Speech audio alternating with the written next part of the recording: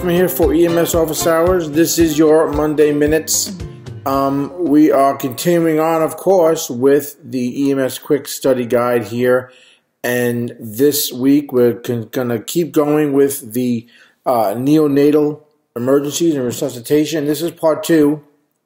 I'm going to talk a little bit about systems and care of the newborn in distress and life outside, right, when the infant first comes out, all right, meaning immediately after birth. So before we get into that, guys, we've got to talk, of course, why this stuff is important, right? We always say that it's not just for exams. Sure, it's key information to help you pass the exams and to kind of zero in on your weaknesses, but it's also to build your knowledge base, to encourage you to go and research further, study a little bit more, and master this content, and also geared to help you make some better clinical decisions when treating your patients, your reports, and your interactions. So let's get into today and talk a little bit, like they said, outside, right? Well, we talk about the respiratory system. Initial stages, guys, the baby's out. Breathing is the most critical and immediate change you want to start seeing happen, right? Stimulation, like thermal stimulation, being cold now that they're outside, chemical stimulation, low oxygen, high CO2, low pH, right? All this stuff will stimulate the medulla and what you want to get going. You want to get that respiratory system going, right? The circulatory system, this is more gradual, okay, in response to pressure changes and those fetal shunts that will go ahead and close, all right? And then we talk about thermal regulation, and this kind of ties in with respiratory, ties in with circulatory, where those large surface areas, okay, that thin layer of fat that they have, you know, those newborns cannot shiver. So be sure to wrap them up quick, cover their heads, right, get that warmth going, okay? And keep in mind, guys, full-term babies, just to give you an idea here, and what you might see on the exam, give you an idea, is they're about 80 to 85 milliliters of blood per kilogram of body weight, all right? On average, we're talking about maybe 300 milliliters of blood at birth, all right?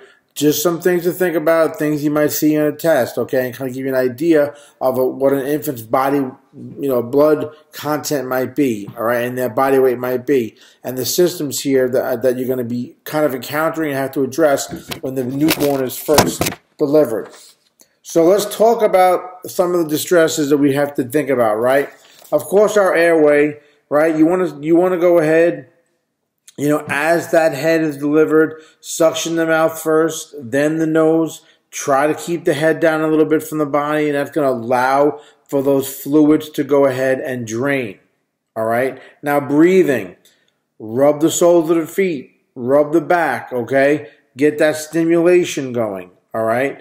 Newborns are very sensitive to hypoxia and brain damage, okay? So you got to try to get that going. You know, when they're first born, they might have that primary apnea, okay, where they're not breathing. And most of the time, you can get that reversed with the stimulation, all right? Secondary apnea, where that doesn't work, is going to require you to do some ventilation, right? Maybe use a rolled towel, put that under the shoulders, put them in that sniffing position, okay? Don't hyperextend the trachea, but get them in that sniffing position for better respiratory assistance. Now, if the breathing is irregular or if it's absent, you're going to want to go ahead and assist their respiratory, the breathing, assist their respirations, probably about between 40 to 60 breaths per minute.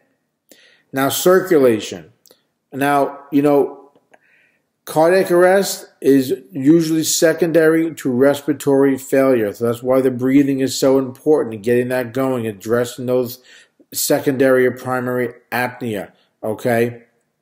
If the heart rate, you note, is below 100 beats per minute, go ahead and ventilate them with 100% oxygen, okay? Try to get that up higher.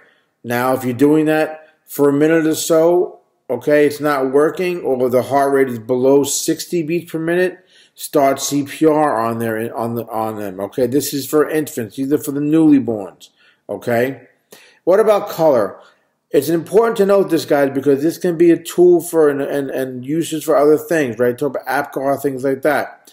Well, central cyanosis, if you have that after you stimulate them, after they're breathing, okay, go ahead and start giving them some oxygen. All right. Now, if you've got peripheral cyanosis, like their hands or their feet only, okay, just keep in mind you can give them the oxygen, but you know this kind of really can happen and can be normal and persist for up to maybe 48 hours after they're born.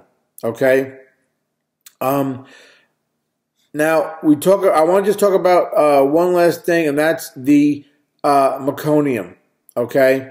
Now this is that thick greenish black stool, usually passes after birth, but sometimes because stress going on, think about it being an outside of the emergency room, outside the hospital delivery, that can be stressful on the birth, right? Stressful on the newborn.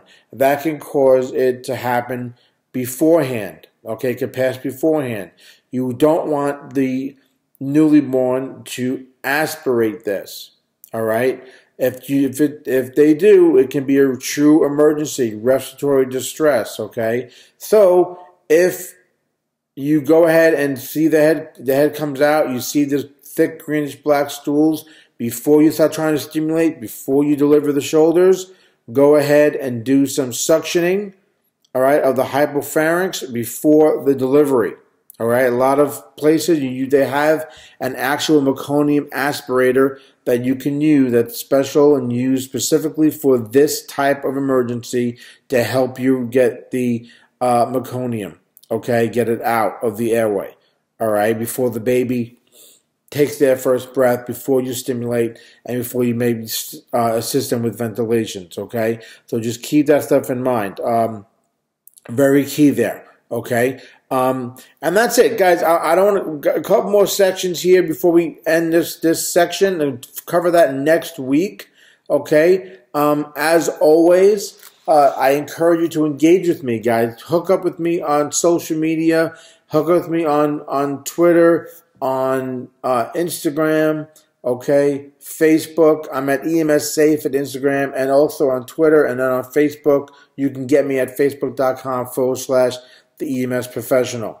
Okay, guys, I love doing this for you. I hope you will send me some comments and suggestions. You can send that direct to me. The email is contact@emsofficehours.com. Be sure to visit the main site. If you're watching this on YouTube, check it out. It's emsofficehours.com. You can watch all the previous episodes of these EMS Quick Study Tips and the Monday Minutes. And again, if you ever have some minutes of your own, be sure to send them over to me. My email, again, is right here, contact@emsofficehours.com. I might be able to go ahead and create a special Monday Minutes just on a topic that you find interesting or that you want some more information on. All right, guys, that's it for me. Until next week, as always, Jim Hoffman for EMS Office Hours in the Monday Minutes. Stay safe.